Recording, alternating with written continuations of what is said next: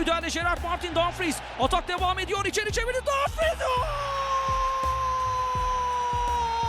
May 6th, 2025, the Champions League semi-final between Inter Milan and Barcelona. A chaotic match, a last-minute goal in the 93rd minute, and one name on everyone's lips, Francesco Acerbi. But this video isn't really about football. It's about fate and the ability to rewrite it. Inter's 37-year-old defensive warrior has walked a path unlike any other, from cancer wards to nightclubs, from relapse to redemption. Now he's back in a Champions League final, and he's earned every step of it. Back in 2011, Francesco Acerbi was a rising talent. Tall, technical, composed. AC Milan had just signed him, but then came a moment that broke him: the death of his father, the man who had made him a footballer. Everything spiraled. He started drinking. Nights out became more frequent than training sessions. He lost his place at Milan, then bounced between clubs. By the time he arrived at Sassuolo, it was already his 8th club, and he was just 25. In the summer of 2013, the problems escalated. Doctors told him he had testicular cancer. At first, Acerbi tried to act like nothing was wrong. He underwent surgery, came back to training, but the cancer returned that December. And that's when the real fight began. He battled on 2 fronts: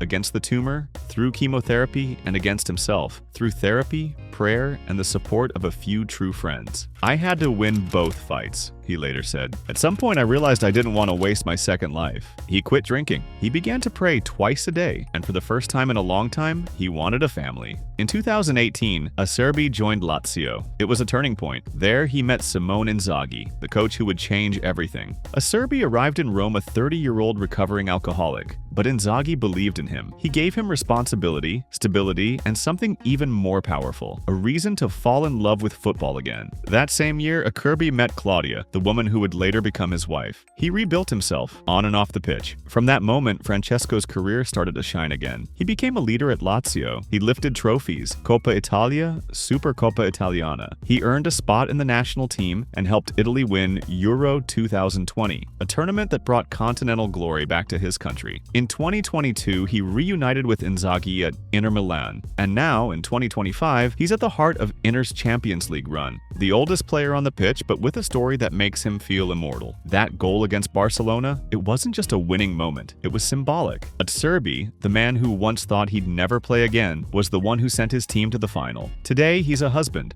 a father of 2 daughters, a 6-time trophy winner, and a cult figure in Italy, even among those who've never watched football. Francesco Acerbi didn't just beat cancer, he beat it twice. He overcame addiction, grief, and self-destruction. He turned pain into purpose and found joy again in the game he almost lost. Since his comeback, he's won every major domestic title in Italy, lifted a European championship with the Azzurri, and now he's 1 match away from giving Inter their first Champions League title in 15 years. But perhaps the most powerful moment came not on the pitch, but in his own words: "I thank God for my cancer because now I see other people, not just myself."